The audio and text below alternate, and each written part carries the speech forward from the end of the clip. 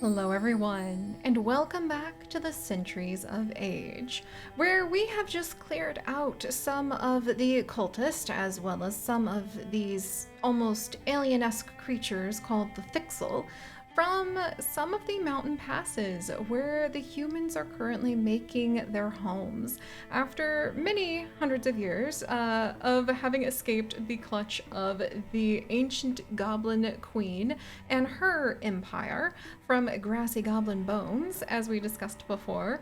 And we're settling in, getting ready to see what is out there in the wider world. So we're going to carry on just where we left off, friends, having returned to Arsha Bridge. And we have an opportunity while we are here to go ahead and potentially craft ourselves some special items that we could use to make ourselves stronger before we carry on to Fur Cooper Wild and attempt to see if there is a bridge built yet or not to the lands beyond, which is where the rumors are pointing us that the lurking evil, the violent deepist, who seem to be, like, the deepest cultists seem to be our main enemy right now, but maybe they're just agitated and coming out of the caves near where the villages are, and maybe we're actually being invaded by, I don't know, crocodile people. We have to wait and see. So, yeah, this is going to be quite interesting. And really, Jonah thought she would be spending this whole time absolutely trying to basically corner Palme, their leader, and convince her that Jonah needed to have better gear, and really she would love to change out of the drab clothes that she still has left over from having grown up in that humble farming life. However, we did manage to get her a level 2 tier 2 astral cherry rod from the depths whilst we were fighting. Like, that was amazing. And that's also really powerful. And she also managed to get the owl ring, which gives her a little bit more potency to her magic spells. So I don't think that Jonah could really complain that much. And instead, I think Palme is turning her thoughts to perhaps seeing what she can do to try to make sure that they aren't using a rusty old sword, and that those who are at the front lines, like herself and like Eviana, who bears Smith, I love that she's a goofish romantic. And that, like, she ran away because she's a failed maid of a noblewoman. I keep forgetting that. And she's also raising her best friend's daughter after her best friend died very young and left her daughter behind. Like, that's a lot of drama. But just because she has had such an interesting life so far doesn't mean that Eviana, who is right up there at the front lines with Palme, has the best gear to keep herself safe. We did get Depth Tusk, which is a well-made axe that she can go ahead and use, but she's just wearing her normal clothes, and that doesn't provide a lot of armor. And she is just kind of like, she's got a little bit of dodge going on, but she really could either use like a secondary weapon, some armor, or maybe a shield, and Palme really needs to replace that sword. So it seems like perhaps getting herself something with our precious legacy points that are quite hard to collect would be a little bit self-centered of the leader, but actually it's coming from a very practical place of wanting to make sure that their group, who I think right now they just kind of consider themselves maybe the Sentries, because I don't think that Palme has much of a poetical edge to herself. So if people ask the group, like, so you're like up and coming heroes, she'd be like, oh no, we're just Sentries, because, like, yeah, none of them have more than one little star out of several in their hero, like, legacy, like they're renowned, so we haven't really built up enough of that for them to say that they're the Sentries of Age yet. Also, like, the oldest of them is 25. If somebody walked up to me in a village and I was relying on them to, like, potentially save me from death by cultist, and they're trying to tell me, yes, we are the wise aged Sentries of lore, and, like, the oldest of them is, like, I don't know, like 17, I'm really gonna have very little faith in my survival. So I think we need to earn the of age ability by trying to survive to be a ripe old age. And actually, for just another quick little bit, in case you guys didn't know, there is a retirement age that, oh my goodness, if you could get your hero to that stage, they will retire. And that is really good. I can't remember the last time I've had anyone live that long.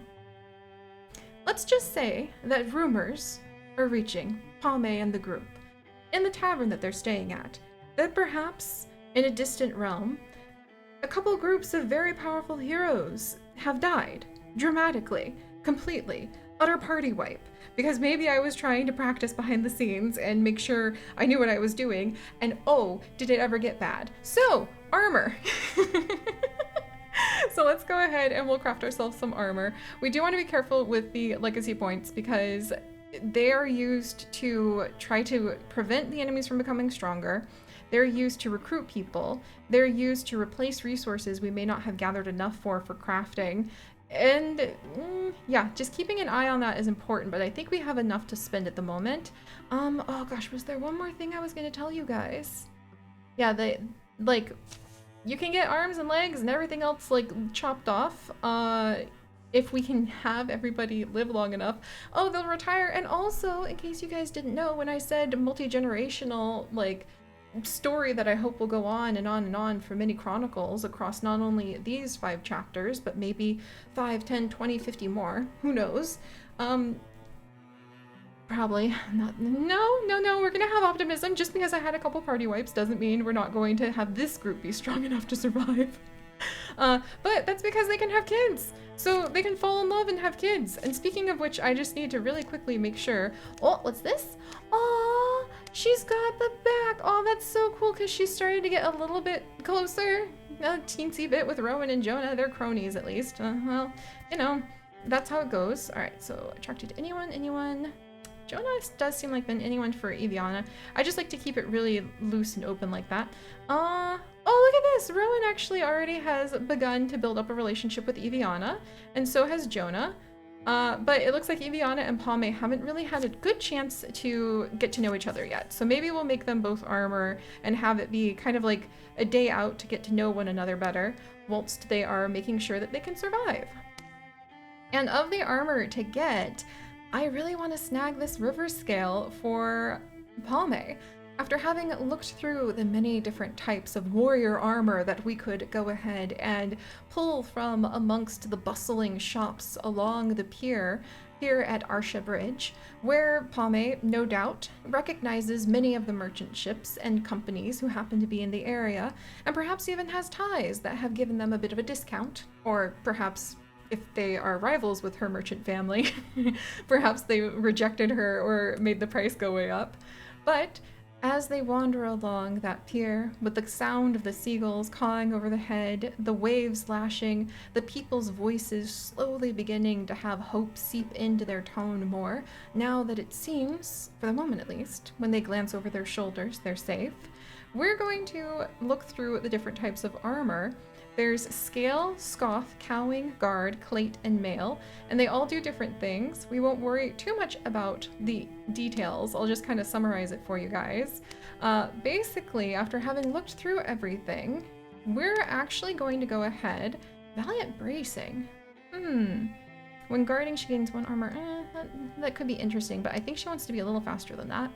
After having looked through everything, I think that we are going to go with River Scale, which will improve our armor a little bit for Palme, and it will also improve her accuracy and give a teensy bit more bonus damage, which I think is wonderful. Also, it does a bit of warding. I believe warding is what helps protect us from magic attacks, so we could get something that was a little bit stronger or a little bit faster, depending on what we wanted to go for. But I think she wants to have that accuracy for her strikes that seems to fit a bookish leader, if you ask me. So we'll craft her an item. Let's see. Oh, and I forgot how we could name it. River Scale. Easy to shed on a sinking craft, these hauberks were prized at one time by river raiders, who also perfected their make and use. They offer the wearer ample protection and unique freedom of movement, and are still preferred by some martial fighters, basically. Okay, let's see. We'll just leave it called River Scale. That sounds good. All right, so she's going to be crafting. Should I have the group scout? Nah. I think that Palme would feel like she should be with the group. Huzzah!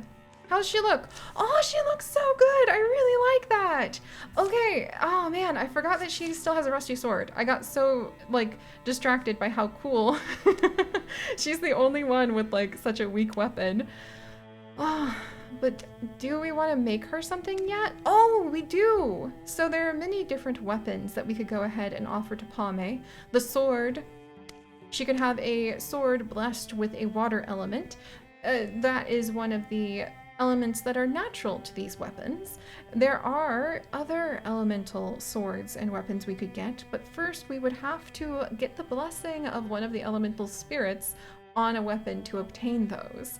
So water is the one that you can grab just like blessed if you want to build it and craft it, but you can't get fire, you can't get rock, and you can't get leaf as swords. You have to find those spirits out in the wild, which makes any swords, great swords, dueling swords, axes, great axes, maces, hammers, spears, or great spears that have that ability quite rare and very valuable, and hopefully heirloom items that we could add to our party. But I imagine as she and Eviana wander through all of the shops and she picks up different item after different item, I think what's going to feel most natural in Eviana's hands, or excuse me, in Palme's hands, is going to be the Great Spear. That seems to fit her very well, actually. Yes, so that has quite a bit of damage. It has quite a bit of range, which is very useful, and it improves her stunt damage. It will make our accuracy go down, and it will prevent her from being able to block as many attacks. But if, you know, we can reach a little further with the big pointy stick, I think we might be okay. Do I want to give that to her first? Or do I want to go ahead and get Eviana? So Eviana, I don't know if she would want to move that quickly. She seems to get into a lot of trouble, so I could see her needing to be like Brawl Guard instead. Or Valiant Bracing! Ooh, when guarding, Eviana gains 1 armor and 1 warding until the start of her next turn. So that might be really useful if she's kind of like guarding Palme's back or guarding the back of the others. So that would be 4 legacy points.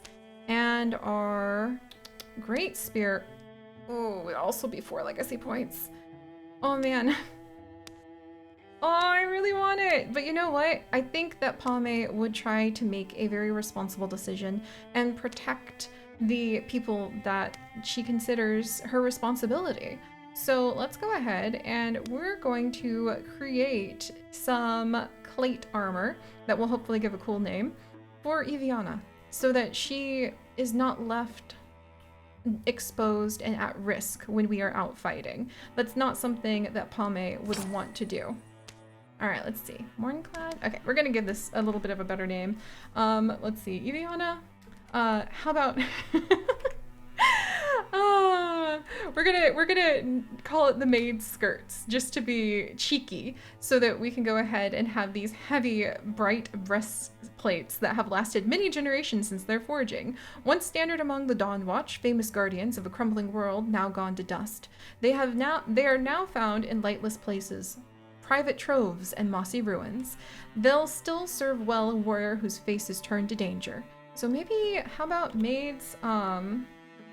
Because I think that it would be really funny to reference like the fact that Eviana used to be a maid. So how about maid's defense? Or, well, that sounds like it's more, let's see. Maid's ruffles, how about maid's lace? That sounds really fun, actually. I never would have named armor that, but now that I have, I want it to like become enchanted and super special. All right, and with Eviana now clad in her maid's lace armor, let's set forth into the world and see what might be waiting for us. I'm so excited. Fur Cooper Wild is a pine forest. Oh boy. Our enemies advance their plans. The deepest could have extra armor. Do we want to cancel that?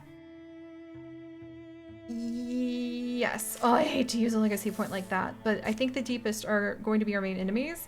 And I think perhaps the rumors of the other parties that have died in other realms, cough cough, like the parties I had as practice last night. Oof. may have died because they completely ignored trying to weaken the deepest. And look at this, it is indeed lurking deepest. And look at this, it is indeed a mountain range with no mountain pass. Oh my gosh. I don't think Jonah is going to enjoy helping to chisel out a freaking mountain pass. That's hilarious. Okay, well, for now, we are at Ocean Moon Mines. Ocean Moon Mines, oh, that sounds so cool. Ooh, and ingots, we need ingots. And we're gonna go ahead and patrol the area first, because right now, the strength of those lurking deepest is at 4. Well, you know what? I think we could handle that. And we probably don't need to patrol. If we patrol, it will make the strength of their group 3, but you know what? Let's just go for it. We have all this fancy new armor, all this awesome backstory. I think we can do it. Old formed caverns stretch beneath Ocean Moon Mines. Pame, don't fall in a random crack. I can hear you looking at everything. Only their back barking echoes answer them. Wait, where's Pame? Don't tell me she wandered off. I don't know. I could certainly imagine it. Anything can catch that woman's eye. It's their territory. The deepest. I'd expect they'd know it better than we do. I thought Pame would stick with her people, but maybe she does kind of dive ahead to try to like search things out. Maybe she just feels responsible for being the first one into danger. They scour their steps for the last sign of Pame. Uh-oh. We do have here a off branch, an almost triangular crevice, and beyond is a tight twisting tunnel. Did Pame get, like, yoinked by the deepest? Below them, in the coldening ground, in the fungal glow. And it's not as if I can entirely be blamed. Things were going too fast for all the things I wanted to look at. I'm not reckless is the point. I'm studious. Under blade-sharp stones, a wider space, a firmer shrine. There's a powerful smell, a heart smell. The heart of the mountains. At first glance, she thinks a massive gray man is hunched over a blue-white flame. But she realizes, what is that? It's so shiny and pretty! Wow! Solemn rock, cut and graven. You're trouble, aren't you? I should probably go get the others.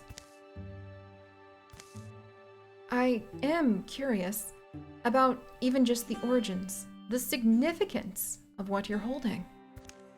You know, she has been from a family that would be used to being surrounded by jewels since she's from a very wealthy merchant family. I doubt they were ostentatious with their wealth. They probably just were more mercantile, like evaluative, like get the gemstones, and she probably learned from a young age how to tell the enchanted ones from the non-enchanted, the fake from the not fake, the genie's actually trapped in a crystal versus the normal crystals, those kinds of things. Things you teach every child, right? So, blame my inquisitive mind, I guess, and pry out the gem, or, well, let's not upset the gods of unknown temper. Pays a small honor and goes. I think she would actually pick up the gem, because I don't think she really believes much in the gods, or else she feels the world wouldn't need heroes. Wouldn't need people to fix it. Note the attempt I'm making to be gentle. You don't know me, but I don't deface things unnecessarily. Pame wiggles her gut knife into the seam between gem and setting. And only a moment after she does so, an indistinct tremble travels up the blade. Uh-oh. You don't sound happy. Harmonic vibrations, they swell. They sing in the joints of her skeleton. Haroom. Uh-oh. You know, if some rumbling started happening while I was deep underground, even if it appeared to be a somewhat stable area that someone had once upon a time built a shrine in, I would not be happy. Pame bends near, lowers her knife. I don't see any. A thunderclap. A luminous flood. Oh, it cracked open! A wet, bloody odor, and the sulphurous scent of fresh split rock. Time seems to pause, and the world fills in with white. and then fades into normal motion. Color. Ah, ow! What'd you just do? Oh my gosh, her eye is now stone! That's so cool! Maybe I did this once upon a time with some of our Wildermyth like playthroughs, so if you've watched the old ones and you're like, Sarah, you've seen this. It only just like tickles very distantly at my memory beans. And I have to say that's one of the benefits of actually having memory issues and struggling with it, is that you get to rediscover fun things all the time. But it looks like the group has found Palme. There was a brilliant gemstone. I found it here. I tried to remove it. I got rebuked. And now the specimen has simply vanished. Folks always warned me, your desires will change you. Oh, what? Repeat that? Reach up. You've, got something in your eye? Eviana. A short while later, it can at least see. I can see through it. Facets of things that shouldn't have facets. They emerge in daylight and encounter the enemy they sought, and Palme will look at things differently from then on. That's so cool! That's so cool! Maybe we shouldn't have messed with the shrine, but now we have a gem eye! Oh my gosh, and it increases her stunt chance to pull off that extra little like bonus stunt by 6. That's so awesome! Somehow it fits her so well too. I'm so glad she's the one who found it. Alright, and now all of that said, time to go. Let's go ahead and maybe, let's see what our very quick-footed with the cool water enchanted bow archer can do. And then let's actually see what Jonah can do, because I wonder if she can just finish off this. She might just be able to finish this guy off like now. She's imbued her essence with the rock stone. Yeet! Haha! That was a ton of damage. Oh my gosh, Jonah, you have such a strong wand. I better not hear any complaining about not being able to like have any fancy gear, because that's ridiculous. All right, meanwhile, Palme will jump to the forefront. It looks like over here are the deepest. Yes, probably this direction. So we'll head here. And then we'll have, of course, Eviana join her. And together they'll be at the front line as we wait. Ah, it was down here! Well, actually, there were some up there too. As we wait for the enemy to come to us, Eviana definitely would go for whoever she could reach. So, there we go. And meanwhile, Jonah, the enemies are not close enough to this large rock. So let's actually withdraw her fusion with that. She'll move up, possibly scurrying to said rock to use it as security. And, all right, let's see if we can get rid of this slinger. I can't believe how strong her weapons are now. Like, that's ridiculous. Also, maybe let's jump behind this rock for cover and shoot this guy. Oh, he dodged it, you jerk.